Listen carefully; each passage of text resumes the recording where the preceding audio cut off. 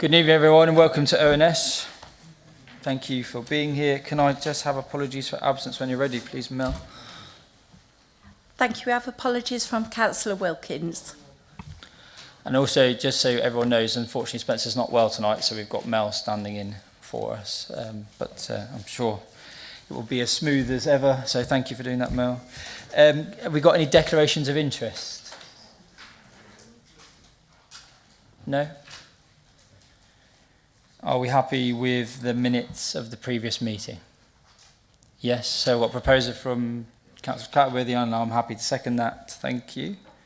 So swiftly moving on then to Kieran and an update on development management. Kieran, I think you've got a presentation, haven't you? We've received a report and you're happy for us to ask some questions at the end if any of those come out, but you've also provided some feedback for questions that were already put forward by Councillor Day.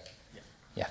That's correct, Chair. Thank Perfect. you. And also thanks to Councillor, I always get your name wrong, Emma. It's Kelsey, isn't it? I'm never sure how to pronounce it. I'm very sorry. Yeah.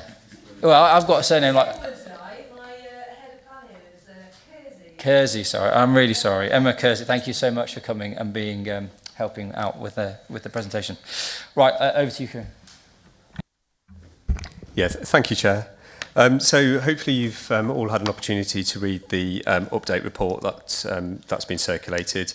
I've just got some slides which I'll run through briefly. They just cover the sort of headline issues really. I won't go into as much detail as in the report, and apologies for the length. It was quite hard to squeeze everything in really. There's been quite a bit happening over the last 12 to 18 months. I suppose just for those of you who don't know me, I'm Kieran Power, Head of Development Management. So I oversee the planning development management function, the enforcement function, and planning support as well.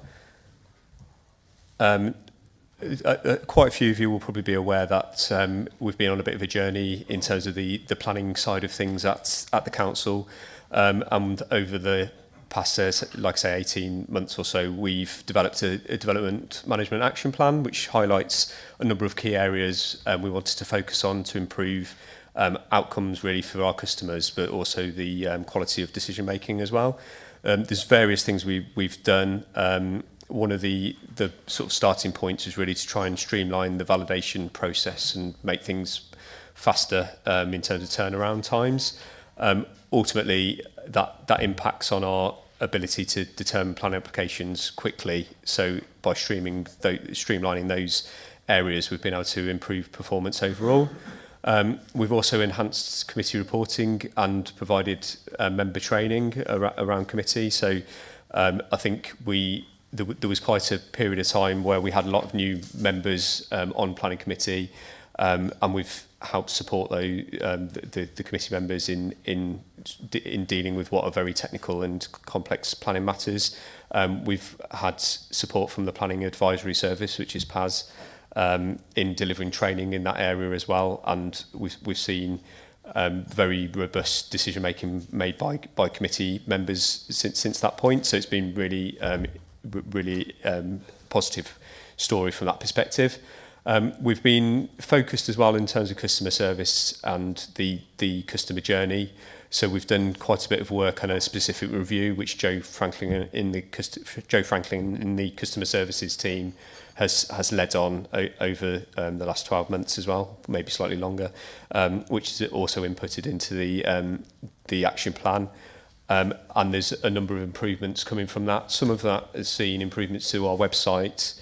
There's more to come around that, but also we're looking at introducing a new telephone system, which will enhance significantly the sort of caller experience that's currently experienced by members of the public and others accessing the service.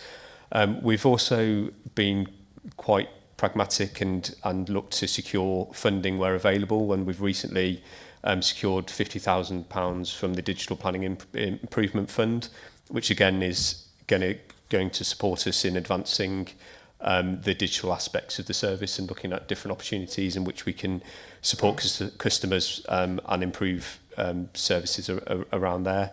And over the past little while, we've established strategic sites team and also a householder team.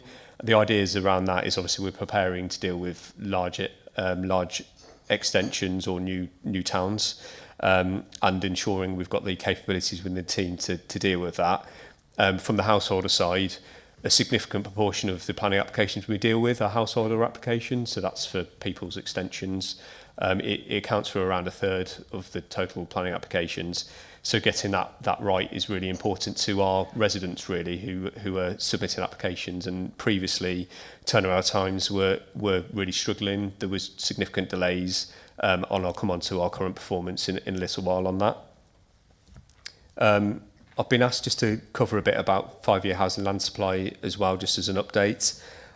Currently, we've got a recorded 1.1 year supply. I'll try not to make this too much about planning because I think it's in danger of me tailing off, really. But ultimately, we're, as a council, required by central government to maintain a 5-year housing land supply, and that's basically a bank of housing over a 5-year period to meet what is our identified need for housing. Unfortunately, and largely due to there's various circumstances, part of it is the age of our development plan, and the delays in which we've experienced in trying to adopt that. But equally, how the current supply is calculated, it does it's not really in our favour. It's very much, I suppose, being quite from the local planning authorities' perspective, it's quite developer biased. So it does mean that we end up with a 1.1 year supply. That means for decision making, and a lot of you will be involved either within your communities or on planning committee, or as ward members, in terms of housing developments in your areas coming forward which aren't planned for. They're not within development plans.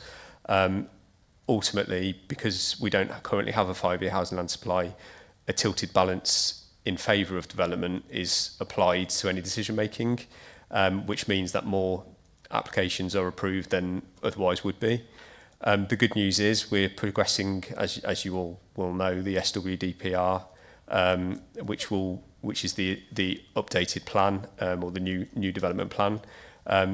That's expected to be adopted in April 2026. It should have a positive effect on the 5-year housing land supply. So the idea is that the plan's adopted and we would have a 5-year housing land supply at that point. There are some difficulties at the minute with government changes to housing uplifts coming in. It's quite a changing landscape around that, so we'll have to watch that space in that perspective. But we're positively planning, and then we're monitoring and trying to enhance developer engagement, and that's not to support developers, but really to enhance the types of applications we're getting in, the quality. There's a lot of work going on with design guides, design codes. There's lots of work with developers on Parkway and other developments that are going to be coming forward of significant nature to make sure that they're being shaped in the right way.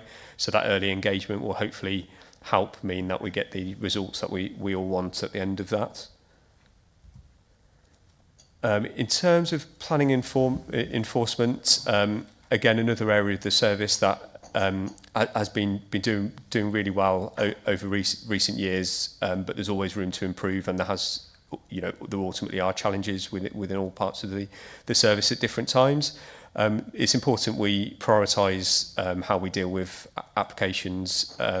enforcement cases, and we've developed a harm-based prioritisation approach, really, to make sure that we're prioritising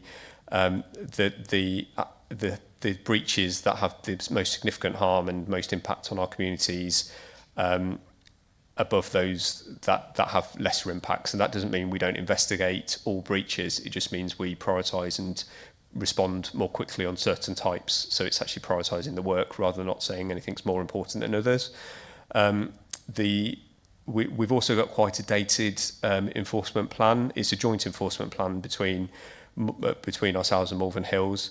And it's not been updated for a very long time, so we're in the process of actually bringing that up to date as well, and that's something we hope to move forward in the next few months as well. We've got a really good record of using enforcement notices and enforcement powers at this council, and we're one of the sort of strongest performing councils for using those in the West Midlands, actually. So we were recognised in recent awards, which I'll mention as well a bit later on. We're looking at, sorry about the typo on this one, but targeted site inspections on strategic sites. So again, we're gearing up to, when we get those larger sites to come in, to try and be a bit more proactive about ensuring we've got some oversight of that, rather than being as reactive as we often are. So again, that focus on strategic sites is really going to be key going forward. And of course, the challenges with all this is balancing the expectations and resources. I think there's a lot of expectations, rightly so, from our local residents, but equally there's limits to what we can do in reality. So trying to balance those two, but do the best we can, is obviously extremely important. In terms of other ongoing improvement work, we've got new performance monitoring tools for managers. So this is, getting into the nuts and bolts about making sure that we're being as efficient as we can, and we're moving things forward efficiently. There's more regular training and CPD for officers and members, and we've got the committee members training tomorrow, which is an all-day session, but really interesting, covering a number of different areas, including we're going to visit some sites as well. We've developed frameworks around planning performance agreements, and that's an area where we essentially are able to recoup some costs of resources from developers in addition to planning fees that we receive. So that's started to be rolled out. We've got one that's been established on the Parkway development, but there's other things also secured on smaller sites as well, and that's been very, very successful. We're looking at launching agents forums. I think that's something that the councils have done in the past, but hasn't been done for a very long time now, and they're useful in terms of setting expectations for agents, but also hearing feedback from the agent side in terms of trying to respond and make sure our services and bits within the service are fit for purpose. So that's an area that's been developed, and we're also preparing for the MPPF reforms. We're expecting more to come in, so that's National Planning Policy Framework, the government's policy. They're tweaking it from time to time, but we're probably expecting some further changes. I think that they haven't changed it for a number of months, so it's about time that they do something, and who knows what's next. But that'll be something we obviously have to be alive to, and also the SWDPR adoption, because we'll be gearing up from giving weight to the emerging plans once we get the sort of inspectors' final findings on that. We've got a number of steps to go through, but we will be able to give some of the emerging policies weight. But equally, when we adopt, they will supersede the current development plan policies. So it's important that we members, officers, have an understanding of the new policies that will come in, and the slight and significant differences in some cases to what the policies are currently saying. So just on a performance update point of view, this is, I should have put the title, but this is planning application performance. So just looking back for the year, what was achieved against targets. So there's three sort of main areas of types of applications: majors, minors, and others. And I've also just highlighted the householder performance. That's included within others in terms of the global number, but I think it was helpful just to have that breakaway, given that we set up a householder team, just to sort of complete that picture. But for majors, the target's 75%, and last year we achieved 80%. For minors, it's 85%, and last year we achieved 88%. And for others, 85 target with 91% achieved. Householders, like I say, there isn't a specific target because it's captured by within the others. But in terms of householders alone, that's achieving 94%, and that's the targets of what's achieved or what's approved or determined within timeframes. So last year we achieved that. In terms of Q1 performance, I haven't quite got to the Q2 performance on that because it's just at the end of last month. But Q1 performance, we're at 77% for majors, 88 for minors, 93 for others, and 97% for householders. So really positive. I think the area that's slightly lower than we would like is majors at 77%, but it's still achieving target. There's various reasons around that, which a lot of you all know about, but part of it is speculative development and sort of dealing with large numbers around that in terms of major schemes that are fairly controversial as well. But we're still achieving targets, and I'm hoping for that will continue to improve as well. In terms of enforcement performance, there was quite a bit covered in the report, but just a few sort of key areas that I just wanted to highlight: the number of notices that we're serving currently. So we've got the quarter 1 and 2, probably the wrong way around on that slide, but showing that we're in the high 30s or low 40s in terms of number of notices we're serving, which is a significant number compared to other councils. So we're very active in terms of using those formal tools.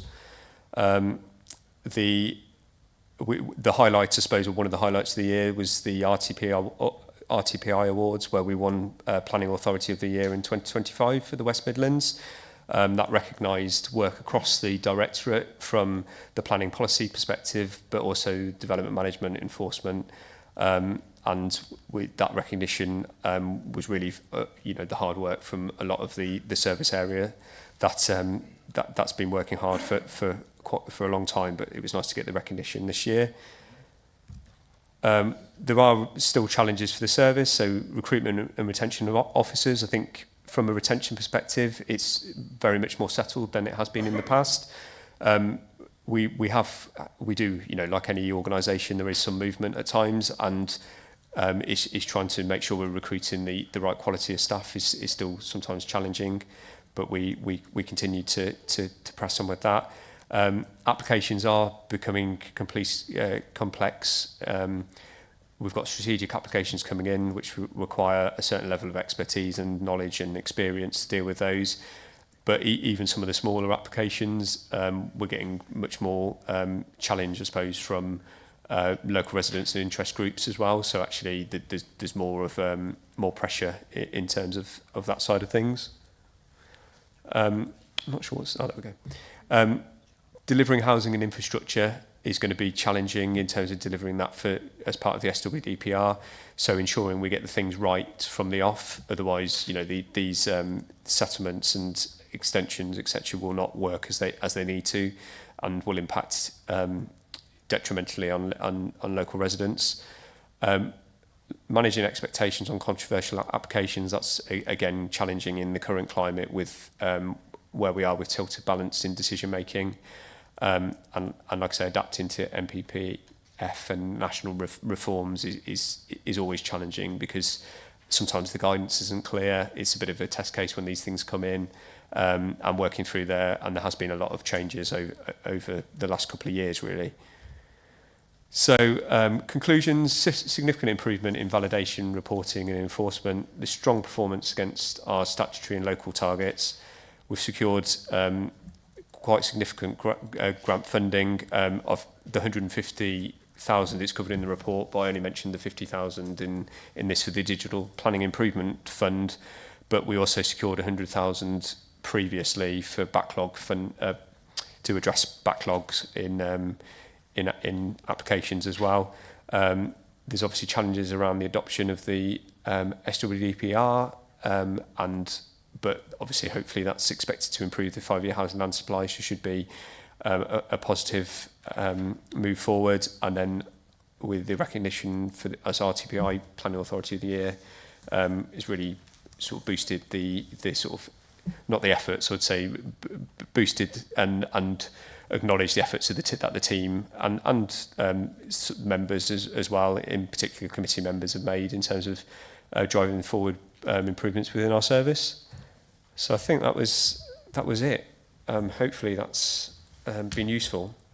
Thanks, Kieran. That was, and I really appreciate the report that you sent to us ahead of time, so that we had time to go through that in detail. And And the presentation you just gave then was really great. So thank you very much. And I appreciate as well that you had to switch around because you came forward a bit in the agenda, in the work plan compared to where we had you and all that sort of. So I appreciate everything you've done. And I know last week you also had plan committee. So I appreciate your time and the energy that you put into putting that to us. It's a really important area for the council and the ONS to have a sight of. But it is definitely something which I think it's fair to say there's been significant shifts. And it goes to show, you know, the performance data speaks for itself. Now, I know that Councillor Day sent some questions in, and we've seen the replies to those. Chris, is there anything you want to come back on those in particular? Or are you happy as they were, as written? I'll be honest with you, I haven't read the replies, so I don't know where they went to, but I didn't. So they were received today, earlier today, I guess, about maybe an hour and a half or an hour before the meeting. Oh, okay. Or even fine. earlier than that, actually, probably. It was Doesn't at some point matter. in the day. So, well, okay, fair enough. Then do you want to, have you got your questions in front of you? I have, but that's fine. I'll read them afterwards. They weren't, you know, weren't questions. Well, that I can say think- they've all been answered comprehensively, and that's within, Thanks, Chair. that's come back. So just to then open it up to the floor, if you're happy about that, Kieran. So Councillor Tucker. I've got a couple of questions. Really, the first one is to you, Charlie, as chair. What has happened about the enforcement scrutiny panel? Good question. So as chair of ONS, I had this conversation with Spencer back in the summer about enforcement scrutiny. There hasn't been a meeting for over about, I think we were getting on for 18 months. Yeah. As you well know, it was a panel that looked at cases which had happened, and we kind of reviewed then the process that was gone through. Myself and Spencer, and we hoped Charles could join us, unfortunately he couldn't. We discussed that with Kieran about what we thought would be a good way forward. I made the decision that we thought that actually we could rest that panel because we were satisfied that the changes that had been made within enforcement and the department as a whole was going forward. And as part of this update, obviously we've seen some of the performance data presented to us. Just on that point, I would just be interested because I think it's good to see the number of notice. It would just always be helpful to know the sort of caseload because that was always the sort of challenge that was presented before, was that caseload and officers' time, etc., etc. So that would just be a useful metric, and that's not to imply that you're not doing well. It's just that it helps us to understand what you're dealing with. So Councillor Tucker was chair of that panel because he was a member of this ONS committee. He's obviously now moved on to fresh pasture. So we basically made a decision. We left the door ajar for if we felt in the future that we wanted to bring that back or we wanted to just do something ad hoc, we could. But essentially we felt like no one had asked. I think actually I basically said no one's come to me and said anything to me, and I think then Councillor Tucker, you came to me the next day and said, what's going on with planning enforcement? I've got some questions. I was like, that's sod's law. But anyway, if I just bring in Councillor Cosley to maybe add to what I've said. Chairman, thank you, yes, and thank you, Kieran, for that very comprehensive update.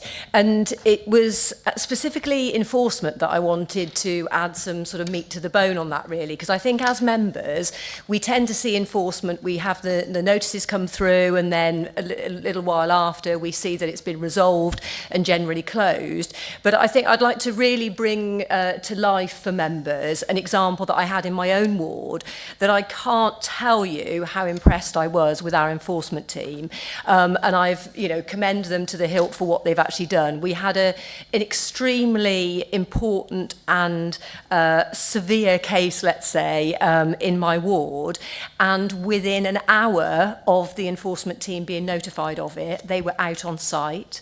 They then came back to the office and then did everything that they needed to do with legal, and before the end of the day they went back out on site and put a stop notice in place.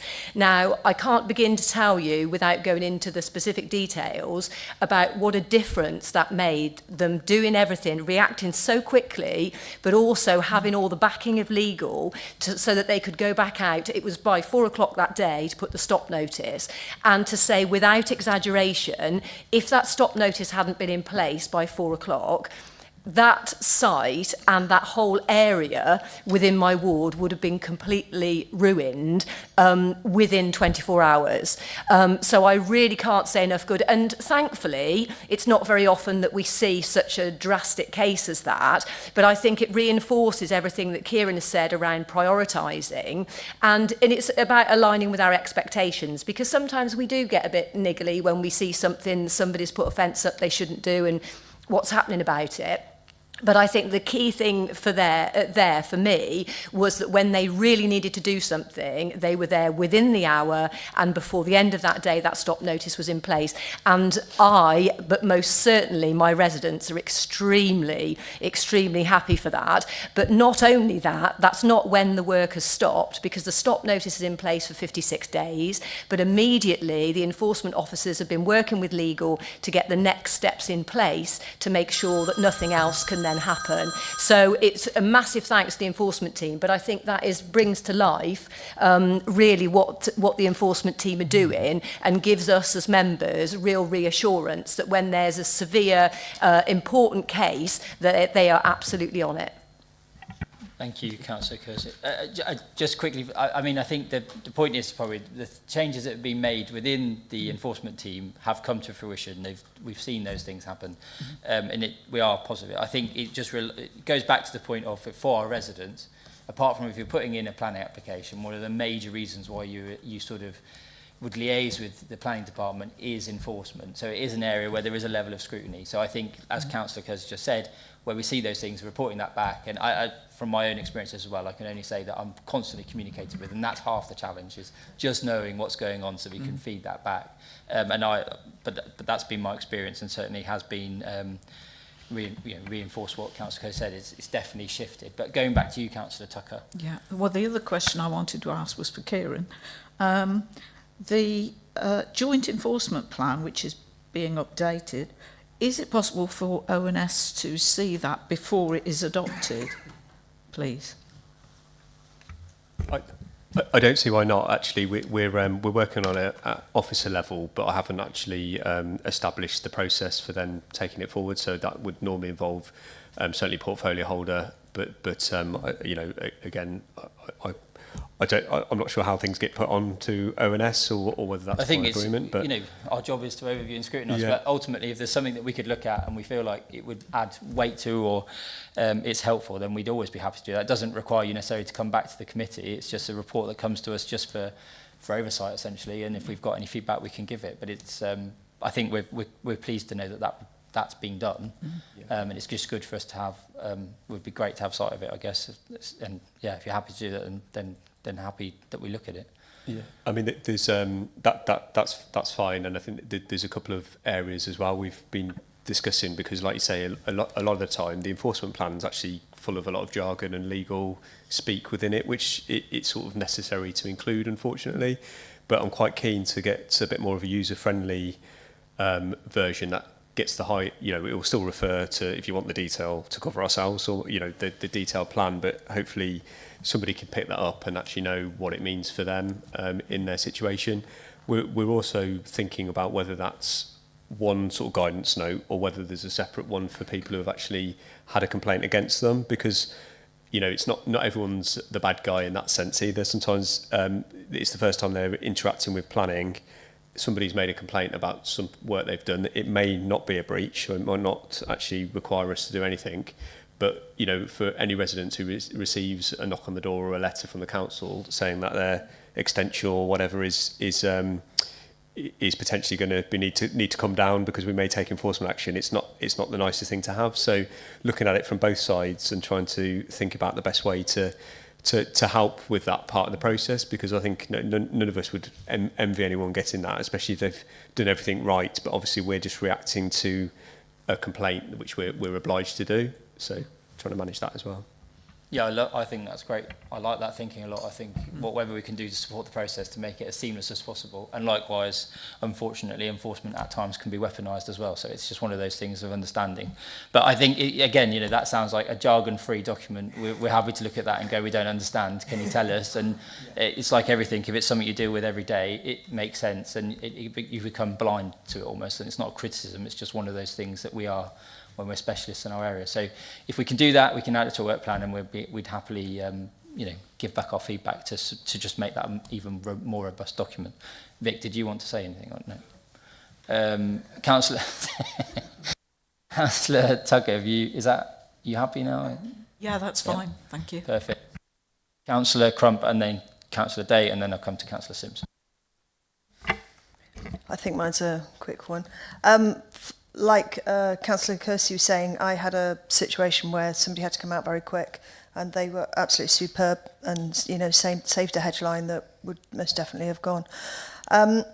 My concern is, again, it's something that's happened potentially within my ward, is how the enforcement officers are having to deal with the aggression and the antisocial behaviour of some of these places they had to go to. We had a particular case the other day that they needed to make sure they went out in pairs because of the concern that they might have. How are you protecting your officers to sort of from that side of it? I don't know whether that's really appropriate to say at this time, but... Question, and happy for it to be on. Yeah, no, I mean, it's a really good point, and it sort of gets glossed over a lot of the times about the situations and circumstances that our officers find ourselves in. There's various bits of support. So there is training sessions. So we do specific training about dealing with those difficult situations. We're also linked about making sure that difficult sites are visited in, like you say, in pairs, but sometimes the police are involved depending on the nature of it as well. We do have to look at it case by case, really, because each site's slightly different.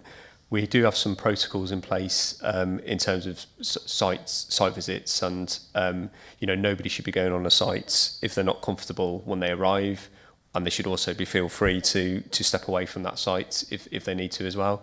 So there's those aspects of it. There's probably more we can do, as always. So I mean, it's sort of officer remember safety is paramount. There is also sort of debriefs where situations happen on site to sort of review, to go through it, sometimes take statements if necessary, but also to check people are okay at the end of the day.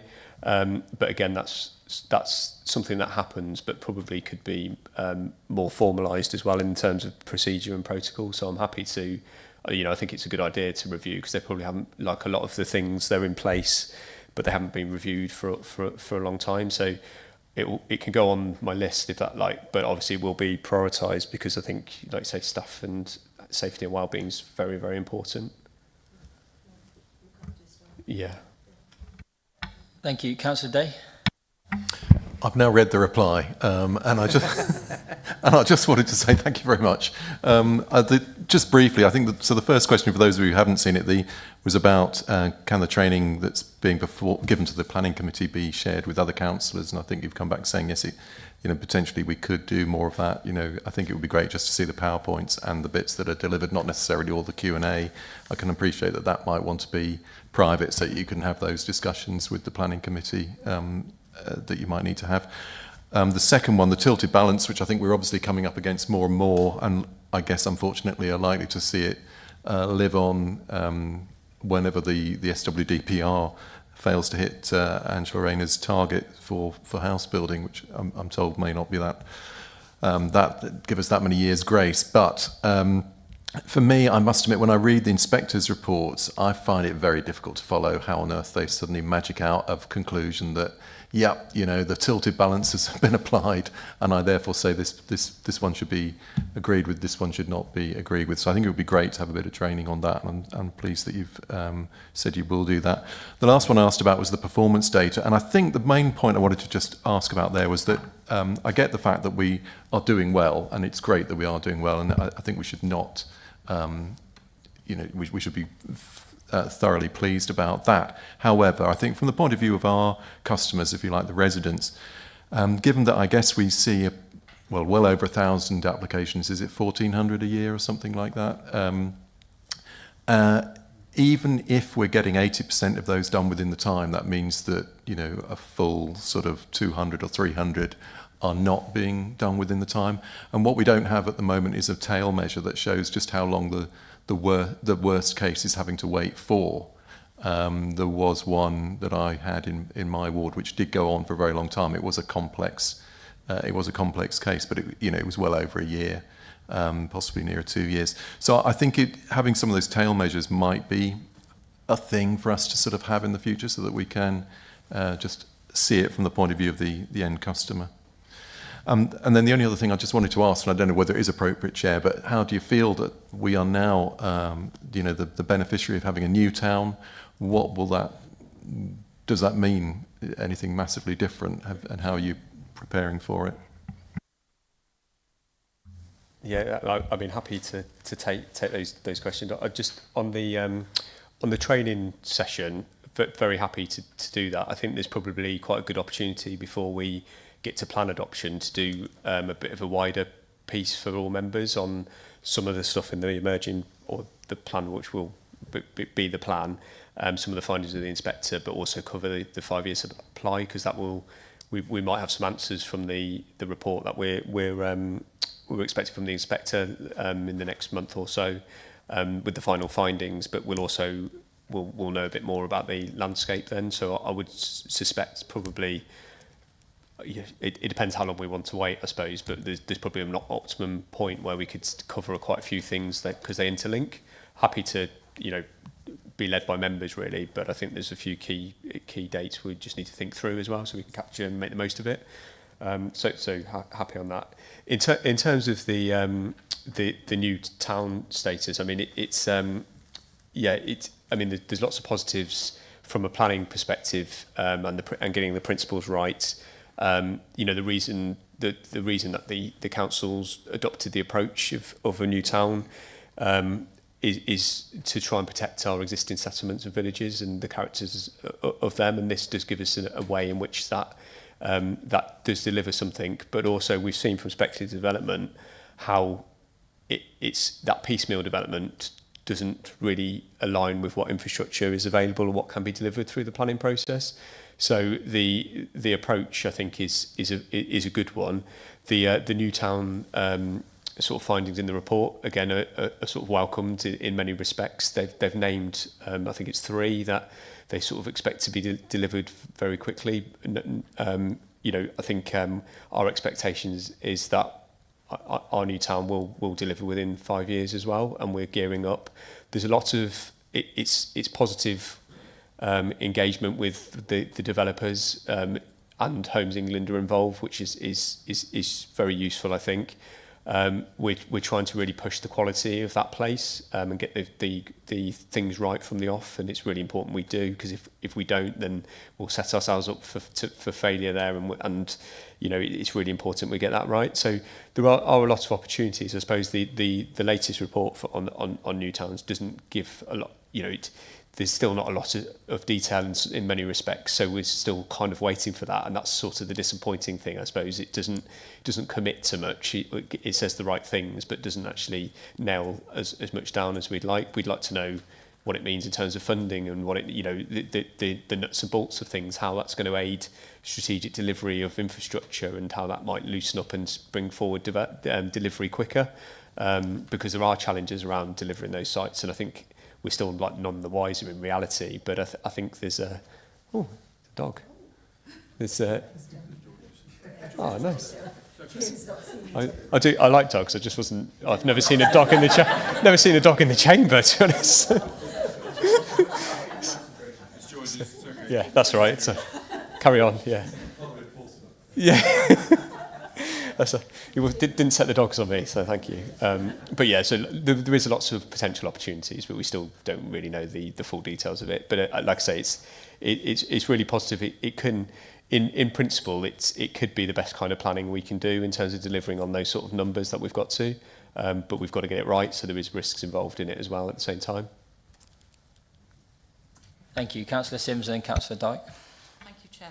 Just touching on the performance, which is significant, by the way, and congratulations. How is that process maintained? And is it by training significantly, or training young staff and bringing them forward? And can you keep that momentum? Thank you. No, I'm really glad you asked that because I don't think I really covered it. But as part of the sort of changes that we've made and the changes to the structure, really, we've looked really to try and ensure we've got pathways into the planning department, but also through to different levels. So we created more levels within the service, but we also introduced planning assistants, or I mean, you could compare them to planning graduates, really. We've created across it's the joint service, but created across the 5 planning assistant roles. We've also secured funding through the Pathways to Planning programme as well. So we've actually appointed a graduate on a 3-year fixed term contract, because that's what the Pathways to Planning allows for. But that's also an area. They're all focusing on householder developments, but we're looking to that's a good place to start to sort of cut your teeth, really. But we're really looking at the sort of other areas or other types of applications they can deal with. The graduate will actually do some rotation, so they'll also work in policy and get a wider experience as well, and that's something we're keen. So there's that. I think that was potentially missing slightly before. We've tried to do different bits, and there has been graduates that have come into the service and progressed into sort of other roles within the team in the past, but it hasn't been as structured. So we've tried to make sure we've got that. They're also supported by smaller teams within the householder team, reporting to senior planning officers who are again, that was a new level that was created to give somebody more junior but some leadership experience to enable us to thinking of the next principal planning officers or the next development managers. So we've tried to create levels within that, and so far it's been pretty effective in terms of the performance. I think the challenge is always you reach a point, and to maintain or improve on that, which we're really keen to do, is difficult to get that balance, because there is a point you get to where it may not go up, but you want to maintain, and it's finding where that is.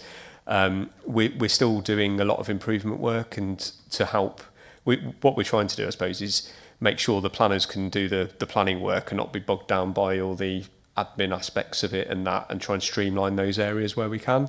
There has been, whenever you look at the process, there's always bits of double handling, there's bits of inefficiencies within it. So actually we're kind of at that, I think we're probably at that point now where we're looking for more improvements, as well as implementing the areas that we've got some improvements. And even things like putting in place as simple as templates or standard planning conditions that we've got vetted that we can use for the majority of applications that we're comfortable with, really can save time. And we've got a list, but it's quite dated again. So it's, working on those areas which will essentially create efficiencies to hopefully take some of the pressure off the team to either maintain or enhance performance further. So there's various bits. It's quite, you probably got from the report, it ended up being quite more lengthy than I intended, because there's quite a lot going on in different areas, and that doesn't really cover all of it, to be absolutely honest. But I had to limit. I didn't have a word limit, but I probably should have. But there's lots of bits. It's really trying to focus that and maintain the focus on trying to that continuous improvement, but without it being a chain. It's an opportunity to create a better service, to make things work better for the team, for our residents as well. So it's that overall picture. But sometimes if you do too much all at once, it obviously can be quite overwhelming as well. So we're trying to get there. But it's it's been an interesting journey so far, and it's certainly not finished. Which and it probably never will be. But there you go. Thank you.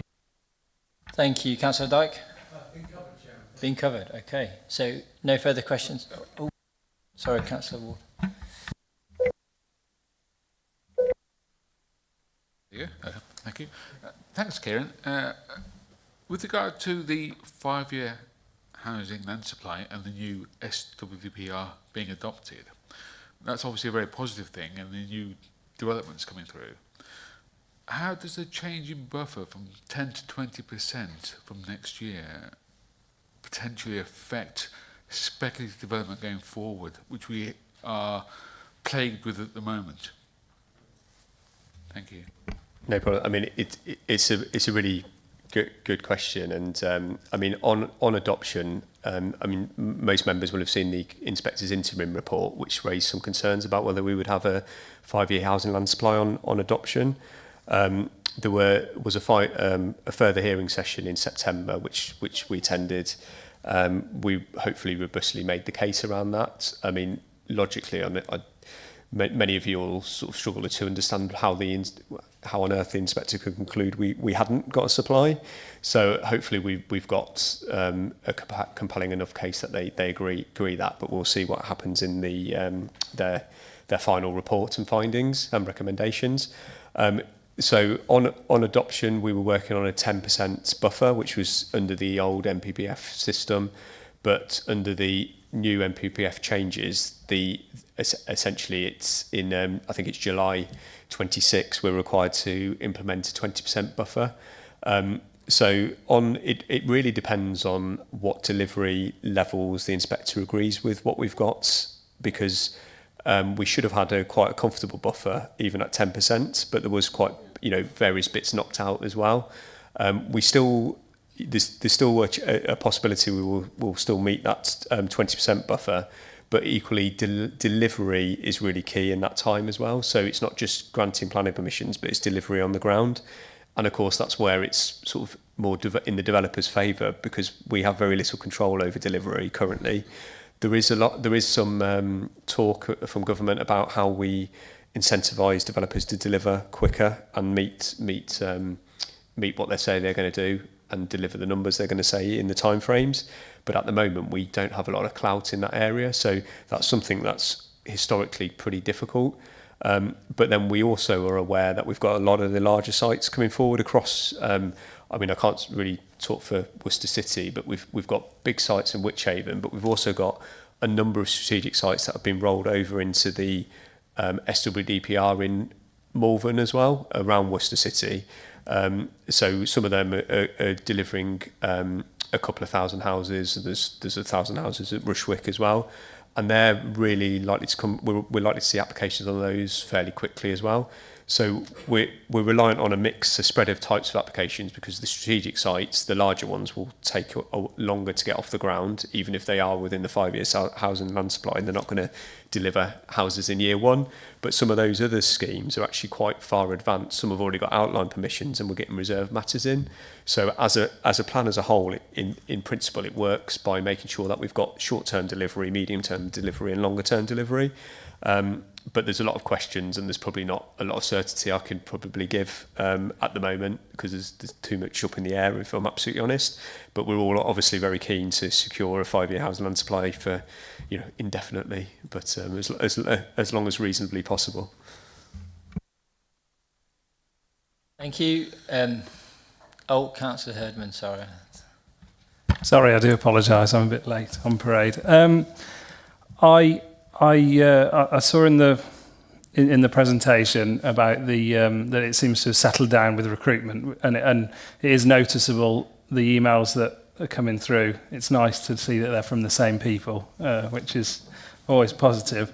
And I take on board the training, and I think that with the graduates that sounds really good. As a council, what is there any more we can do to retain? I know it's difficult in the world of work, but is there any more we can do to retain staff? Are we competitive with, when I was I had a planning application a couple of years ago, and it seemed that the people at the planning company, a lot of them were former Wychavon employees, and it just seems a shame that we lose really good people, or maybe not, they might not be so good, but to these businesses. Yeah, I mean, it has certainly been. There was a period, probably a couple of years ago, really, where we lost a lot of team members sort of at a similar time as well, and they were experienced members, members of the team, and then it was very difficult to. It's probably longer than 2 years ago. It just feels like yesterday, but it's but ultimately that took a lot of experience out of the team almost overnight, and I think that's part of the issues that we've had, and we've been trying to resolve over quite a period of time, is trying to get that retention right and get people in the posts. And we were heavily reliant on agency staff ultimately for quite a long period of time, and as good as some of them are, they're not permanent, they're not in the district, they don't know the area, the patch as well. There's a lot of negatives in terms of what they're able to deliver. So I suppose recruitment has been really successful over the last sort of 12, 18 months. With the graduates of, the planning assistants have pretty much all done a year now, so they've got a year under their belt. They've started on their courses in September, so they've either started this week or they're starting next week. I think they've certainly been into uni this week, so they're already starting that aspect. So on that side of things, I think it's quite positive. We do look whether we're competitive, so we are alive to sort of pressures or other jobs, I suppose, being advertised, and whether there's and in some circumstances we've applied market supplements where we've felt it necessary, either where it's been difficult to recruit to, or whether there's a disparity in the market, and we've also looked at pay grades as well.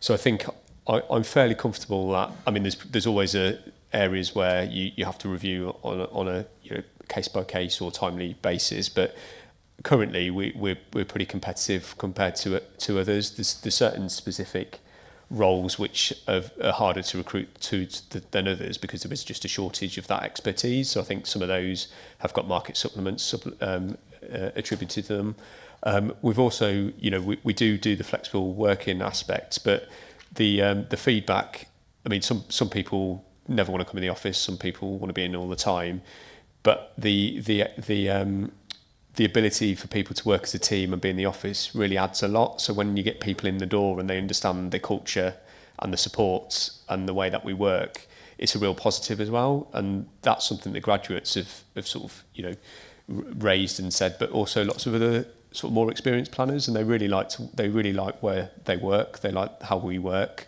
they like the culture, they like the members, they like how we actually work constructively together. And it's very different to a lot of councils. So I think if people have experienced that, it's often, they don't always realise what they've got either until they've done that. But the feedback's really positive. So, I mean, if there's any, I'm very open to any suggestions if there's other things to explore, because we really want to retain, the team members we've got in at the moment are absolutely brilliant across the board, really, and we're lucky to have them and make sure we retain them. So if there's any suggestions that were put forward, we would certainly look at them. We're also very keen to allow progression, so it's not just about money, it's not just about your job now, but it's where you want to get to or what the next level is. So trying to support them in that professional development as well, and that's a real important area that we're very open to, whether it's rotations, whether it's focusing on more complex applications than perhaps your role would normally cover, to allow people to grow and set them up for the next step as well. So we're trying to kind of tackle it from various angles within our control, because as much as, of course, the pay is really important, it needs to be competitive, but it's probably, once you put that to the side, there's lots of other really important aspects to it, and part of being a team, part of having support, and having people who want to do a really, really good job and having recognition at times as well. So I think we try and capture those, but like I say, any suggestions as well, I'd be very happy to take that on board. I think we've just got a final question from Councillor Morris. Thank you, Chair. It's not a question, I just wanted to make a comment, actually. Good evening, Scrutiny. The planning have come to Scrutiny before, and it's not always been good or easy. And I think we should just recognise how far the planning team have come now. And I want you to take back, Kieran, from yourself and to the team, that we really do thank you for what you're doing and how far you have come on the journey. And that's borne out by the award, and we say well done on the RTPI award. So keep the journey going.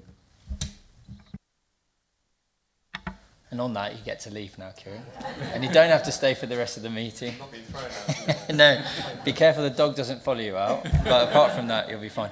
No, thank you so much. And I know that we'll see you again in about 12 months' time, so I appreciate that. And thank you. Thank you. Right. Moving on then to the We Are Wychavon report, so quarter one of the performance report. Just before we go into that, just to explain, so we know that we didn't receive quarter four. That was mainly down to the pressures around LGR and staffing over the summer. We have the appendices which will be shared with the committee following this meeting, and I think, Cherry, you'd be happy if there's any questions if we get those back to you. And yeah, so but what we do appreciate is that we've now got this report for quarter one. I think it's an interesting perspective to think about where we are in terms of the journey with LGR now, and the fact that this is Q1 of a performance report, which actually might be the final one as we know it in terms of our promises and success measures. And on that point, I would like to think about in our forward plan is what that means to us and our role as ONS, because ultimately if the anticipated freeze comes on our activity, which we expect will come in the future when they tell us that we can't carry on with certain activities, what does that mean for our promises? And probably that sort of mini review of saying what is it that we want to continue to deliver and really focus on, and what do we want to say actually we'll put to one side for now. So that's just a comment. We've had questions from our champions. Those questions have been, albeit they've come in, but they have come in before the meeting. And Cherry, I know, is happy to take any questions on those. I'm also happy that if we want to hear those out in the committee, we can do that. Or if people just want to come back on any of the comments they've had. So if we start with Councillor Tucker, because I know you've submitted questions from environment, it is environment, isn't it? Yeah, environment. So I'd let you answer any questions or ask any questions. Thank you. Well, I asked 3 questions, and the first one was about C124, so it was run a 4-year engagement and information campaign to support residents to enhance biodiversity, respond to climate change, and minimise waste. And my question was, I note that most engagement has been in relation to waste so far. Can you give us some indication of ideas for engagement on the other themes, please? I'm really grateful for the response, thank you, Cherry, because unbeknownst to me, certainly, and I would imagine most of us, there's been an awful lot going on in the background that is not mentioned in this report. So there's been a lot of activity around carbon reduction and biodiversity, and even there's a proposal to do something about active travel. So hopefully this can be added to the paperwork that goes out to other members so that they can see that. I think that was really useful. Thank you, Cherry. My other ones were, one was C7, which is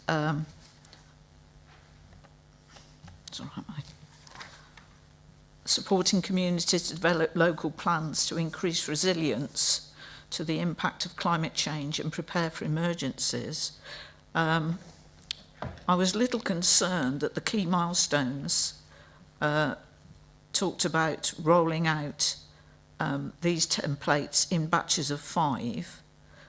But again, it's been a really useful response, because apparently some of these have taken an awful long time.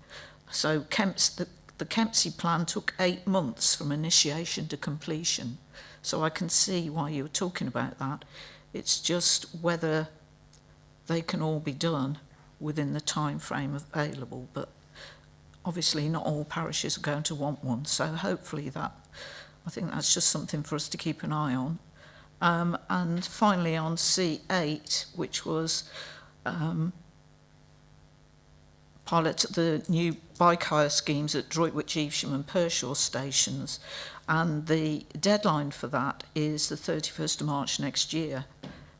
So I was asking about whether we could actually meet that, although it says it's green.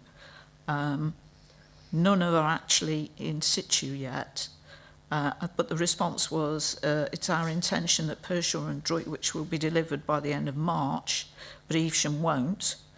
We wanted to review the success of the first 2 before looking at Evesham, so this promise will be rated amber for Q2. So is the intention then, if to extend the deadline so that Evesham can be done if the other 2 work? I suppose that would be my question, Cherry. Yeah, that's a good question, because sort of over the next couple of months, we'll need to review where we are with promises. There are a number of promises like this one that come to an end in March, so extending the deadline would be one thing. I think this promise, for what felt like should have been a very straightforward thing, has been fraught with complexities and delays which have been outside our control, which I think the committee have talked about before. So it sort of makes sense to wait and see how the first two do go. But obviously, as you've noted, the timescale is running short. So yeah, possibly extending that promise is an option that the board might want to look at. Jane? If I can, Chair, we had an update on, in fact it was only yesterday, that contractors have been commissioned for the groundworks in Pershore, so that should be imminent, which is really good news as well. I mean, just as a further comment, which is, it's irrelevant in sense of what we're talking about, but it does add to it, is obviously now with this Worcestershire On Demand bus service, which operates predominantly from the train stations. This is an incredible asset to have in terms of the mix of how people then travel around. And it's the fact that I guess Evesham is ahead of the other two at the moment, and it may be without that in terms of the north, the Droitwich. Does Pershore have On Demand already? Yeah, sorry, Pershore does. Okay, fair enough. But it's just that element of it would be good. But I appreciate from the previous comments that we've had on that scheme that it is definitely fraught with complexities. But it's that service seems to be something that people are engaging with. So having additional services around that is definitely useful. Councillor Tucker, you got anything else that you'd like to add? No, just thank you very much for the responses, Jerry. Councillor Crump then. Thank you. Again, thanks for the responses. Yeah, it all seems to make sense. Basically,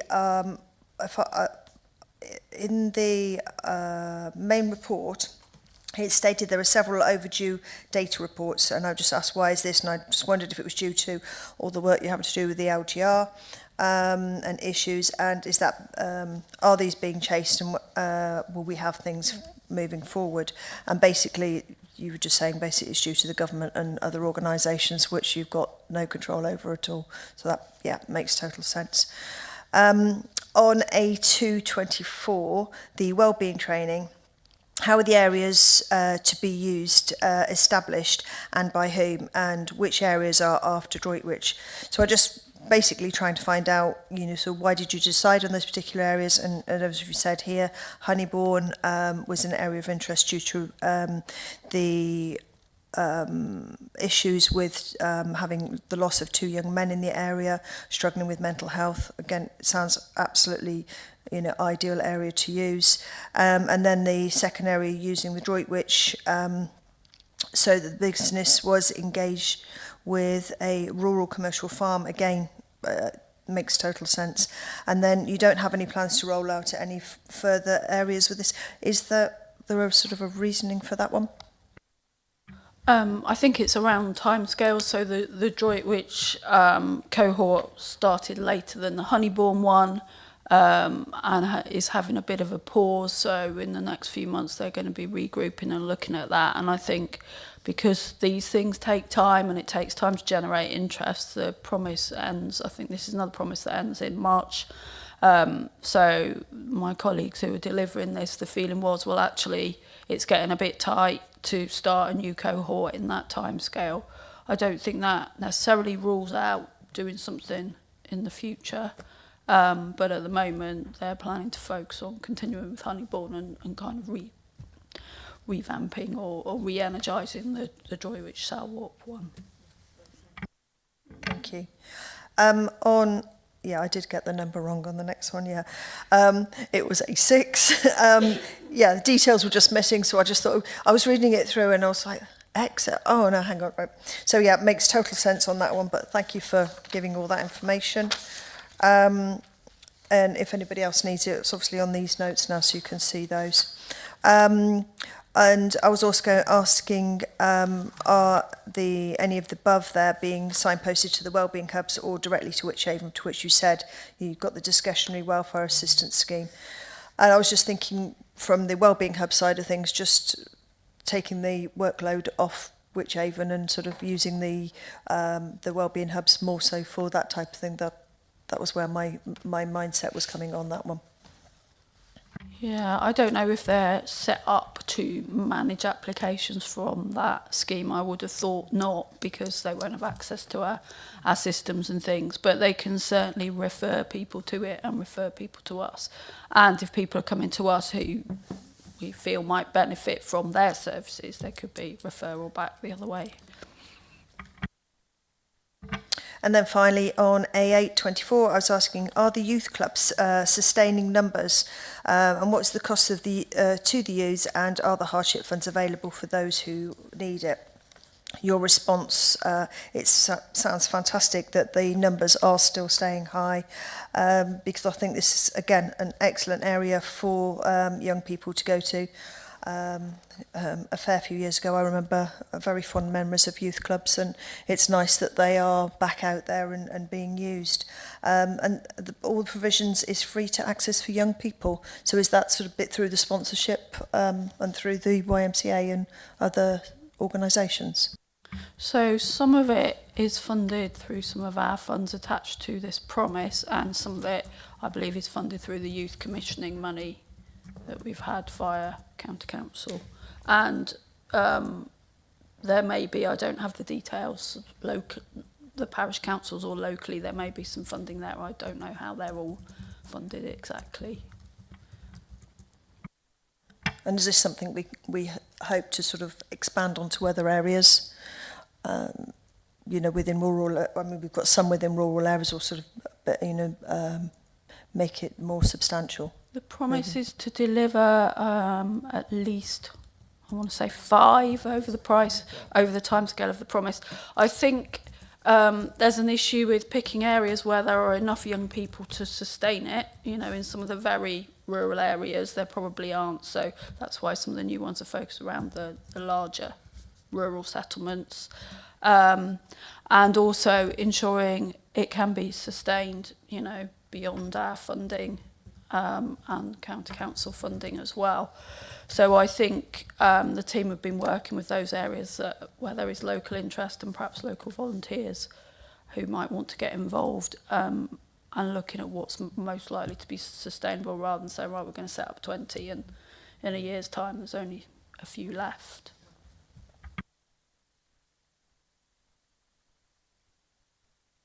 Thank you, Councillor Crump. So do we have any other questions from the floor on this report in particular? Councillor Sims. Thank you. I've just been designated the place councillor, and I'm very interested. I know it's not Cherry's brief, but specifically, I know Councillor Morris is here. I know he's not, he's gone. But certainly, I am very keen on these growth hubs, especially focusing on young people. So I'd like to see that we encourage the council. There's significant funding for some of these growth hubs, and I'd like to see that the other schools in the district and colleges will be encouraged to take part in some of these opportunities. That's all I'd like to say at the moment. Any other questions? No. I don't know whether that's a sense of relief or disappointment, Cherry, given the amount of work that you put into these reports. I think take it as a compliment, if anything else. Just on the point you did say about the fact that we were looking at reviewing promises and different bits and pieces as we get to that next stage, is there a role that ONS can help play in that? How are you going to be intending to do that piece of work? I think, referring back to my earlier point about LGR and what that all means for us as a council, etc., you know, we're going to have to look at some of these quite hard, I think, and probably go, you know, what is it that we want to focus on in the time that we've got available to us? So just your thoughts on that might be helpful. Yeah, I think you're absolutely right about that. Whether we need to have that conversation in the next few months or it's more in the next 6 months, we've certainly got a full year plus still to run with the promises. So I think my thoughts would be that we keep the review this year fairly light touch. We look at the promises that end in March, as Councillor Tucker has said, are there any that we actually need to extend the timescales a bit because we haven't quite finished them? And there's certainly one which we've discussed already that fits into that. Those that finished, are we happy that actually we've done what we can on there, or maybe the work just continues outside the promise? I think probably we wouldn't, and I might be speaking out of turn here, and Richard might say have something to add, but I think we probably wouldn't be wanting to look to put a lot of brand new promises in. So, but you're right, within the next, I don't know, 6 to 9 months, we will need a full review probably of everything we do in terms of non-sort of day-to-day services to see, right, well, what are we focusing on in the remainder of the council? I think it's more about just reviewing the promises and going, what can we do? What can we do in the time we've got available, and making sure that we then put all resources onto that, and accepting that unfortunately some of those promises, which we obviously set with the best intentions before we knew what was coming, may not be possible. But again, equally, it's being done for the right reasons to try and make sure we deliver on the promises that we can. And that may just require some, they will be supported by some extra impetus, basically. But yeah, okay, fine, that's helpful. Somebody just walked in as we were talking, so he's just going to have to agree. That's what you said. But it was nothing bad. Yeah, we were just talking about the review of promises, and just in terms of the timeframes that we know with LGR and other bits and pieces, and how that gets reprioritised. But Cherry was essentially saying that should happen in the next sort of 6 to 9 months. It'll be part of a bigger piece of work. Obviously, that includes the executive. And I was just asking, obviously, if ONS can be helpful in that process, and we'd very much want to be helpful in that process. That sounds really good, and I would urge that, and thank you for it. I think with promises, we're very much in delivery mode. We've got our We Are Wychavon plan. We want to deliver on it, and deliver strongly and effectively for our community, which we know we will on it.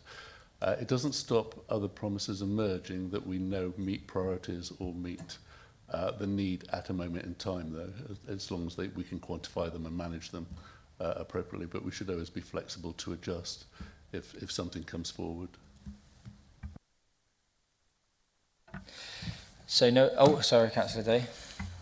I just wanted to ask a quick question about having read it now, the disabled facilities grant cases. It says on page 14 that the 33 cases were completed, less than the previous 2 quarters, and the number of cases open remains high at 241. I mean, 241 does seem like quite a high number to have open, because I suppose my experience of these is if you don't act fairly swiftly, sometimes the work that's being done, installing a chairlift, installing a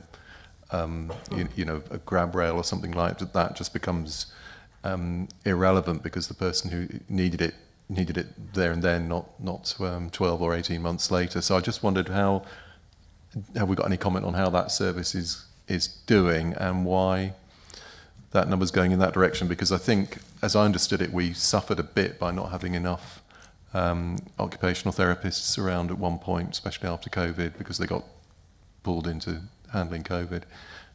Hopefully we're well past that stage. So I was a bit surprised to see that we've still got so many cases open. I think we need to answer that separately, because neither of us have any detailed knowledge on that, unless Rick, put you on the spot, is able to help. She's got a form for that tonight, Cherry, isn't she? I don't have the full answer to that, but we do have a DFG officer in place now. So they will be on top of that, and there has been delivery issues with the supplier. So I think if Chris, you're happy that they come back with a more detailed reply, then that would be great. Thank you very much. Thank you. Yeah. Okay. So moving on then to scrutiny team updates. So we've got an update on health and overview and scrutiny committee from Mark. Yes, thank you. You should all have received the summaries of the 2 meetings that have taken place from HOSC. The first one was primarily dealing with vaccinations and MMR. Essentially, there's been a decline in vaccinations over the last 10 years, resulting in some deaths in the region and nationally. So there's a significant bit of work going on to try and improve vaccination levels. Worcestershire are one of the best in terms of their vaccination levels of over 90%, which is well above the national average. It is still not high enough to provide herd immunity, which is at 90, I think it's 95%. And there are certain areas which fall well below that level, vulnerable people, certain ethnic groups, certain communities, and there's more work done by the County Council Director of Public Health, who's leading on this and doing an excellent job in outreach programs, mobile clinics, and various targeted resources, local schools and various community groups. It was a long report, and I've made a summary of it. It is available on the Worcestershire website if you want to read the full 28-page document going on forward in that. But this is a summary of the main findings, that we are doing well as a county, but not high enough to provide herd immunity, and therefore people are urged to have the MMR vaccination. They're looking at incorporating the chickenpox vaccination in that group going on next year, so it will be the MMRC vaccination rollout to try and improve support for those people who might be vulnerable and try and improve the overall herd immunity aspect, at least locally, if not, obviously there are national improvements to be had, but we are doing well, but there's always more work to be done, especially at targeted groups which historically have a lower uptake. Social media has also had a negative impact on uptake in certain groups of people, and there's a lot of work trying to reverse that perception that is easily purported, but with no evidence to back it up in that respect. But people have social media context which might not be supportive of increased vaccination uptake. So that particular meeting exclusively dealt with vaccinations and specifically MMR, but there is a requirement probably to have the chickenpox vaccination incorporated into that from next year onwards. I'm happy to take any questions on that particular meeting. It is a, and as an aside, it's an excellent forum. We have discussions with both the NHS, various healthcare professionals, and doctors and nurses with regard to Worcestershire and the area. So it is an involved committee with direct access to and from people that actually are dealing with and delivering the services that people need. Any questions on that particular report? Perhaps I can elucidate. If you do feel that you want more information, please visit the website in the agenda and at Worcestershire County Council. They're all there, both the agenda items and also the full documentation, if you so choose. But so that's that one. And the last one we've had. Sorry. Do you want to ask a question, Councillor Simpson? Sorry. Chair, do we have any data as to why there is not the uptake in the measles jabs, etc., for children and the MMRs? Is it fear or? Sorry? Is it fear or of just reading things that scare them? Partly, as there's an aspect of social media negativity and concern, which people are more aware of over the last decade or so. But there are cohorts of people who traditionally don't take up the vaccinations. And there's targeted approaches currently underway to try and reach those more difficult people. So we've got roving vaccination clinics, we've got school input, and community input in that respect. And it's been stated that it's easy to reach the first 95%. The last 5% are really hard to reach, you know. And there's also a statistic that of those who are not vaccinated, about 80% of those people will never be vaccinated, despite being asked to, and all the reports. So there will be a cohort of people who will never have their themselves vaccinated or their children. So, but it's a challenging bit. But as Worcestershire, we're doing well above the national average. So there's a lot of work going on, which is positive. But there's always more work to be done, especially on targeted cohorts of people. Any other questions on that? No? For the last, we've got another HOSC meeting just later this month, but the one we had just more recently was on trying to provide additional support for community well-being. There was a case study of a particular area in Wychavon, which has, by ward, over a decade lower life expectancy of healthy living from neighbouring wards. So there are areas which are vulnerable. It's in the report, but that particular ward has over 11 years less healthy living life expectancy. So that's in terms of health, being healthy. The aim is to be healthy for longer.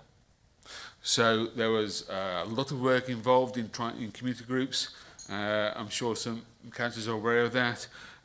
And so there's community support, financial support, and ongoing training and help, which has resulted in a significant reduction in further health intervention for those people in that area. So, I mean, in reality, we've reduced, a 7% fall over the last year for residents on the area, compared to a 5% increase across Worcester County for emergency admissions. So that targeted support and community engagement and help has reduced a 5% reduction in emergency care compared to a national increase in emergency care. So there's been a significant positive aspect in improving the health and well-being of local residents via targeted intervention. There's also been a significant drop in child in need referrals, which has been down by 13% on the area. And 95% of the Wellbeing Hub users in that area reported improved well-being. And the public health provided a lot of significant financial support to try and improve the health of the local residents. That support cannot continue indefinitely, so there is a sustainability aspect to it, and they've secured funding from a number of sources, including the Lottery Commission and the Local Housing Association. So the work which was instigated by public health in improving the health of residents to bring them up to the average in Worcestershire has made significant improvements. And there's longevity there in terms of additional support from various other funding streams to make sure that impact is felt and maintained for longer. that was one significant aspect of the report. It was a case study and was quite detailed. Other work done by public health to improve the health and well-being of individuals and groups is being, for example, giving school grants. So a school can apply for up to a £3,000 grant to try and improve the health of young individuals, and they have, over the last 2 years, provided 270 of those grants of up to £3,000 per grant. So there's been significant financial input from Worcestershire Public Health to try and improve the health and well-being of everybody, and specifically targeting those who are most vulnerable at being at risk of not being as healthy for as long as they want to be. So that was a really interesting case summary of what the public health do to try and improve the general well-being and health of local residents. So there are two very different sorts of meetings. So the meetings are quite varied. Some are more specific and technical in terms of healthcare. Some are more, for example, the vaccinations on particular things, and others are on general health and well-being. But I'm happy to take any questions from members of the public or members of the committee or anybody else. So.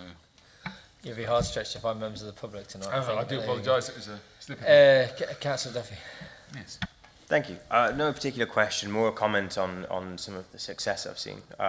Public health, having done a lot of work over on the Westlands in recent that was the case point. I didn't want to really specifically mention it, but it was in the report. But that was the case point. And being 11 years lower healthy life expectancy than a neighbouring ward is a significant gap to try and a wild gap, and it's a difficult gap to try and target later in life. As you'd said, a lot of the intervention has been around the younger years, where it becomes a lot easier to work with. But interesting side effect has been, I think, as residents have seen support for younger residents, I think that's built up a lot of trust with older residents and adults around the estate who are more willing to engage in services, like with vaccine rollouts and things. Yes, I think.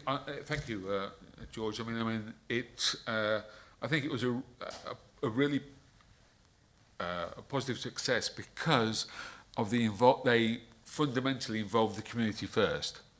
So they dealt with they involved residents groups and other community groups to make sure that the residents had ownership of that process rather than being dictated to from a public health point of view, to try and incorporate the actual community as the lead in terms of providing the sustainable support their help. So I'm really pleased that it has a positive effect, as you've alluded to. Great. Any other questions? Councillor Day? Sorry? Sorry, I just wanted to support what Councillor Duffy was saying. I mean, I think, and I know that Councillor Morris has visited that particular Westlands hub many times as well, and I have too, regularly. I think, though, I would say I'm not so sure about the security of the ongoing funding of it, and I would say that maybe it's something that we could add to our ongoing scrutiny list, if you like, is the health of these hubs that we've got set up. Now we've got one in Pershore, we've got two in Evesham actually, and one in the Westlands, and it would be great to have more. In theory, the Labour government said that it would support family hubs. They were going to call them family hubs. I was never quite sure what that meant, whether if you hadn't got a family you couldn't go, or whether you needed to acquire a family quickly in order to sort of attend. It was a bit unclear. But I think it's still very uncertain as to how they will be funded. And just to give just some insight into the numbers, they are tiny. You know, the cost of running the hub is very small, really, under 100,000, I'd have said, a year, potentially. The benefits are something like 6 times what we put in, you know, as measured. So it would be a disaster, really, if these things were not looked after going forward. I just feel as though at the moment it's all a bit ad hoc. You get a bit of money from the lottery, you get a bit of money from PHE, you get a bit of money from us. And I think in some ways that's good, that you've got to get coming from different places, in that it provides some sort of resilience perhaps. But it still fills me with horror that they might still, you know, disappear at some point, particularly as we come under more pressure in the years to come. So it was just a plea really that we could continue to look at it and maybe consider how you could set up a some sort of a fund to make sure that they do continue healthily in the future. That's something for... Yeah, we can definitely, can add to the plan. I mean, I think... I understand your point. It's where the funding would come from, I think, in terms of either as a council or whatever. I'm not quite sure what longevity is in terms of what you're looking for, but I'm sure we could look at it, I suppose. Yeah, I mean, I think the reality, though, unfortunately, Chris, is that that's the lived experience of every charity, that money comes in from here, money comes in from there, and each year you're trying to make sure that you survive. So, and the tenacious people that run those organisations do, but it's a fair point, of course it is, and but it's a much wider cultural issue that we have in this country, that hospice care is provided by people having cake parties on the weekend to fundraise for it. So it's a wider issue, a bigger question, probably something we won't answer here tonight, but it's a fair point. Have we got anything else we want to ask Councillor Ward on this particularly? No? Thanks so much for those updates then. Thank you. So moving then on to the budget scrutiny review group. Jane, did you want to speak to this report at all, or you? I'm comfortable. Chair, I'm comfortable if members wish to. Did the actual budget process report you took agenda number 9? No, I'm just talking to the budget review group at the moment. But oh right, sorry. I'm still on number 7. No, it's fine. It's just nothing. I was just sorry. I didn't mean to throw you off. No, it's all right, don't worry. So we've got then 4 members of this committee, and we have Mary Tasker as one of the others. We still have 1 vacancy left for budget scrutiny. It's a really important committee. So I would say just here now, and if there's been some names mentioned already, but just to put that out there, that there's still 1 vacant spot. It is important work. It's changed a lot, budget scrutiny, in the last 12 months. So it's something now that members will get training, they will meet face-to-face with officers, which I think has probably made the process much more engaging for both and much more effective. And last year's budget scrutiny was, I think, a real triumph of what can be achieved through that process. So do engage with it. I think from the chair, as we're not far away from the 5th of November for the first meeting, I can't remember what the priority was given for. We are going to look at more detail in this next year, what that was for this year, and maybe if you don't know, Jane, sorry I'm putting you on the spot again, but if you could let us know and come back that after the meeting, that would just be helpful, because I wasn't sure what that was. If I can, Chair, so there was partly about the car parking charges. Is it car parking charges? But on the back of that, so what we're doing is we're talking to Sean in terms of remember the town panel had commissioned a car parking review. Yes. And we said we needed to make sure that we had one to then dovetail into the other. Yeah. Okay. I would say to members how exciting it is, and that we do now have the one-to-one training, offered one-to-one training. We did do a group session last time, but I think the members that went, I think it was sort of felt a very productive evening. The meetings have now been moved to Tuesdays, which seems to be better from the Thursdays, because I think come up to Christmas, more people sort of having other commitments that they had, so we thought perhaps Tuesdays would be better. But I'm hoping that it will inform, and as members are aware, Executive Board generally take on all of the comments from the scrutiny panel, so it is a really important part of the budget process. Yeah, I think that, and there's some really important things that are coming up in terms of contracts and suppliers and other things that definitely need to be looked at, and the stern eye of scrutiny, I think, could be very, very helpful there. Okay, so sorry, Councillor. Could you just say again when the proposed first meeting of that is? 5th of November. 4th of November, sorry. Very awkward date, wouldn't it? It would, yes, would. Sorry, 4th. Although, I mean, bonfire night seems to happen in that fortnight period. So, but yes, 4th. Sorry. Okay, fair enough. So item 8 is housing association update, and this is something that I'm really proud of that the committee have been doing, this bit of outreach. So we've had both housing associations come to this committee. They've obviously given presentations, and I think they have walked away knowing that they've been reviewed and scrutinised. But that's fair, that's what we're here to do, and we're representing our residents. And it's important to remember with some of these housing associations, people don't have an abundance of choice. They, in some cases, they only have one choice. So it's important that we are robust in our scrutiny. However, one of the suggestions that was put forward to them at the time was that we would attend their sort of their engagement with their residents. So we'd go and we'd observe, and I'm really pleased that Councillor Crump was able to go on both occasions. And I know Councillor Catworthy then joined for the second occasion.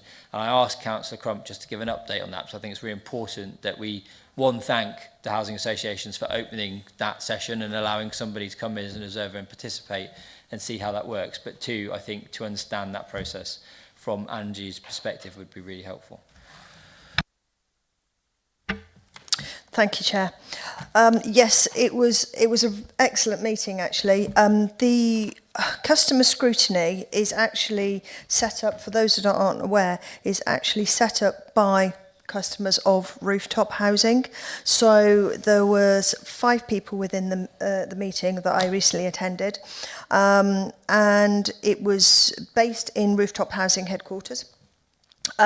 This panel meet bi-weekly for informal catch-ups and hold a more formal meeting every quarter. So I was quite amazed that they actually met every 2 weeks. Now, with this meeting that they do every quarter, it's with the CEO and other senior members of the organisation.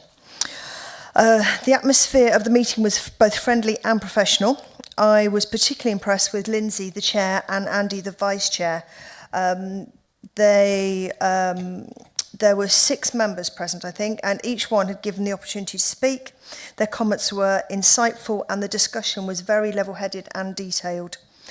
The meeting was well structured, with different segments covering various aspects of rooftop, very similar to ourselves, how they choose the meetings throughout the year, of the certain things they want to scrutinise, and then the people within rooftops act on it accordingly. So from operations to staff updates, there was a report from Boris, the head of rooftop.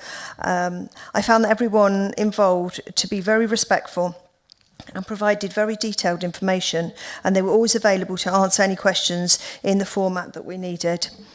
At the end of the meeting, I thanked the panel for allowing me to be an observer.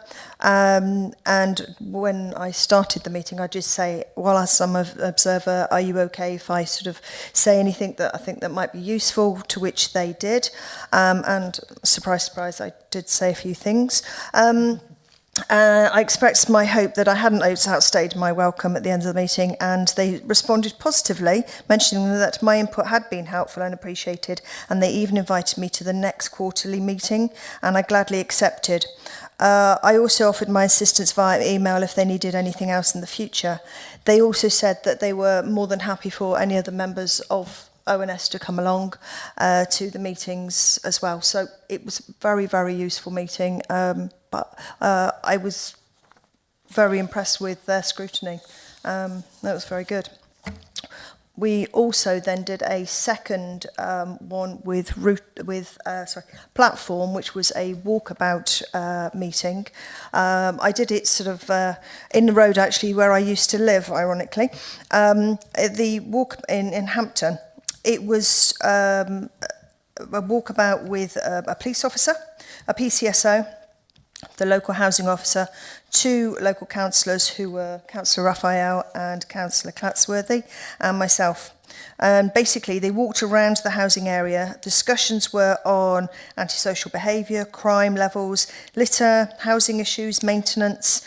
We were approached by residents, which was actively encouraged, and had discussions with several residents on issues that were happening within the area, and also there was one big discussion on the use of some green space with the idea of using it for something more useful, which looks like it will be going forward. This has also been expanded into other areas within Wychavon. If I pass over to Councillor Clatsworthy, he can actually give some information on what has been said by the sergeant at the time. Thank you. Yeah, it was a very, very useful and informative walkabout. PC Justin Lane is now a contact that I've been asked to use by Sergeant Duncan Eads, who is the senior officer, police officer at Evesham Police Station. A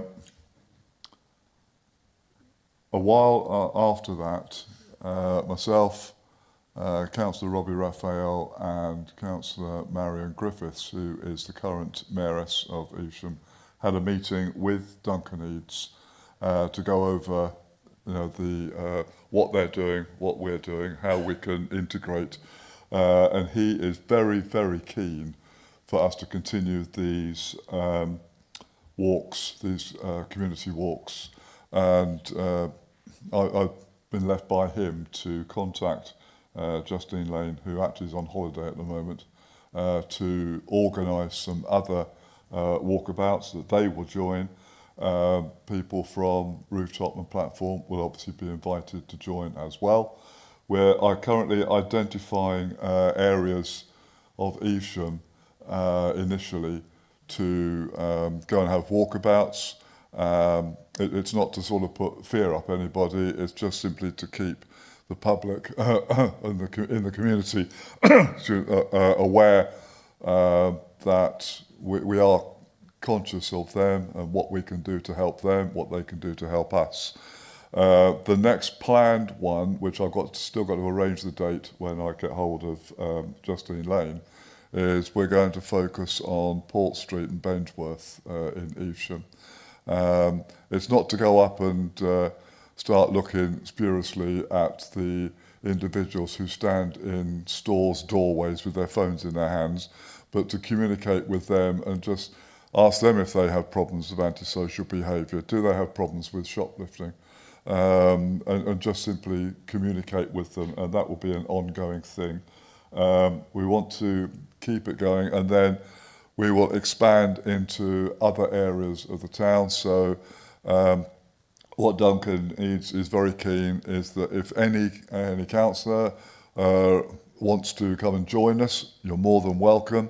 We don't want to overdo the numbers, so we would look at areas that we're going, and people, obviously councillors in the Evesham area, will be asked, or it will be put to them to let us know when they would like us to go and arrange a walk around their areas, etc.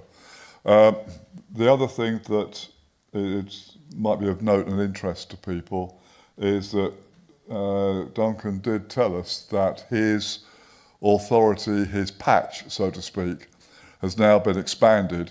He not only looks after Evesham, he looks after Pershaw and a lot of the villages around. He's got no increase in manpower, he's got no increase in rank or salary, but obviously as he will be controlling his officers around Pershaw, once this gets really going, if people of Pershaw want to take up the walkarounds, the community walkarounds, then I suggest we start looking at that. And with Duncan, I'd be happy to continue and coordinate that. Thanks, Councillor Clatworthy. So thank you for that. That's helpful.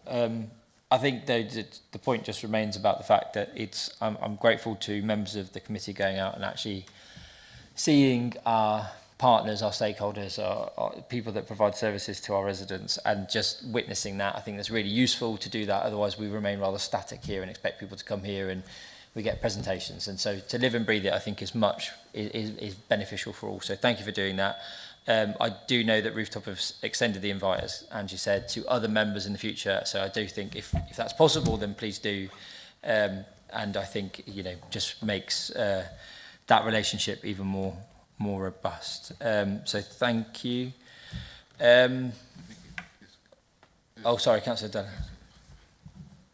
Yeah, thank you, Chair. I just wanted to echo pretty much what you said. I think one of the conversations I have with our RPs regularly is to improve member engagement. I think that's key, and to see the committee taking an active role in that and an active approach in housing. Housing is one of our statutory duties. It's one of our biggest duties, and we often see the negative side of our RPs. So it's good to be seeing the better side and what they do.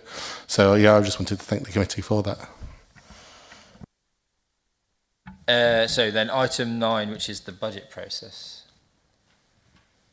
Thank you, Chair. I won't say too much because members may have seen this already at Executive Board, but it's a number of matters relating to the 26-27 budget and the timetable for said budget as well. The main thing that will probably change over the next few months up till around the 16th of December is the discussions around fair funding. So for the last few years, the governments have been saying that we will get a change in our funding agreements, particularly around business rates as well, because we benefit quite significantly from business rates. Members may remember when we've looked at the budget for last year, for future years, we put nothing in it all, we put no transitional relief. Well, we have been advised now there will be some transitional relief. If we had put some figures in and we had based it on what we'd had in previous years, we'd probably be hit worse than we thought. But actually, because we put nothing in, it's a benefit to us. So now we don't expect to be in deficit till 29-30, which is way past when we've been in any reorganisation. Just want a couple of other points is that we haven't included any inflation other than pay inflation and energy because there were quite significant underspends last year. So what we've said to managers is you need to manage within your existing budgets, and that has been accepted at the current time. And really, it's just for any comments, Chair. Any comments, Chair? No? We'll all be going through the budget scrutiny, etc. as well, so there'll be a lot more comments, I think, then. Perfect, thank you. Okay, so moving on then to the Overview and Scrutiny Committee work plan, which is all you have in your packs. Is there any comments on that? Councillor Crump? Just the one thing we were saying about earlier about the capital projects being part of it. Yeah, so we normally have an update on capital projects at one point, but we can't see that in the work plan anywhere.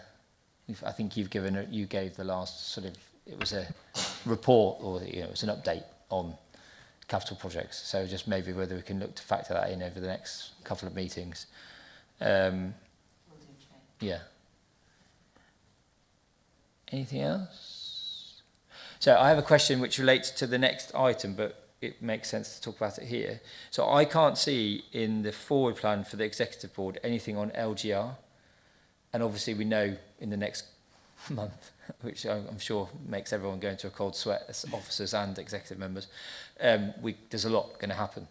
And I think from feedback from members, but also feedback from this committee, is it felt like we, on that technical point, when before the final report went to council, we had that sort of mini task and finish group that looked at the technical points, whether there's an opportunity for us to do something similar to that again. So it's just that it doesn't need to be answered now, but I think we'd like to participate in that. I think that's something that Overview and Scrutiny can do well. I appreciate how tight those deadlines are, but that doesn't change anything. We know that they're tight and we've got to work around that.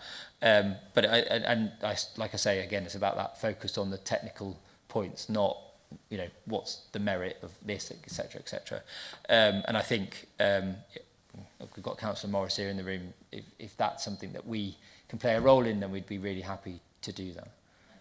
Okay, absolutely, we've talked about that ASMT as well in terms of when we get that final report that we can make sure that we've got enough time, because even though it's really tight, we've actually got a bit longer than we had last time. So I'm hoping that we can bring something to Overview and Scrutiny a couple of weeks before the full council meeting, which date has completely slipped my mind. I know it's before the 28th of November. 19th, yeah, I think it's just being mindful of the fact that we won't have an ONS meeting before that. So if we were to do make something, sure we get a date in the diary like we did before, that doesn't conflict with any other meeting that allows for us to do that, basically. We'll do that, that's no problem. Yeah, thank you. So there's no comments on the work plan from ONS, and then moving on to the forward plan for the executive board. Is there any further comment on that? Maybe one day, Jay.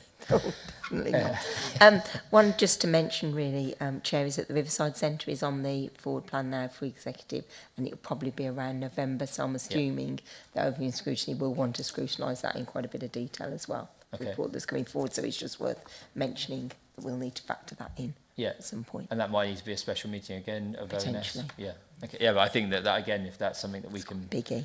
Can support and help in, then yeah, we'd be very happy to do that. It's just about getting those dates in and coordinated and everything else, I think, is the main thing. Okay. Any other comments, points? Councillor Clatworthy. Thank you. I may have missed it. On page 74, the main agenda items, Police and Crime Commissioner added in July. Update, accordingly, you can read that. I appreciate that Jen and Adam are not in the chamber, but do we have any update from PCC or any of his staff? I think I think that's a standing item in terms of that we'd asked the PCC to come back and give us an update, just generally on their work. Spencer's not here. I guess Spencer's probably got a better handle on those conversations, so we can just feed that back to Spencer to ask that question and maybe just update us on that. That would be helpful. Anything else? So, Councillor No. Right, okay. So that's a good answer. So nothing else. So we can close the meeting. Thank you very much for your perseverance and attention. And I will see you all, if not before, at the special ONS meetings on different items on the 3rd of December. Thank you very much.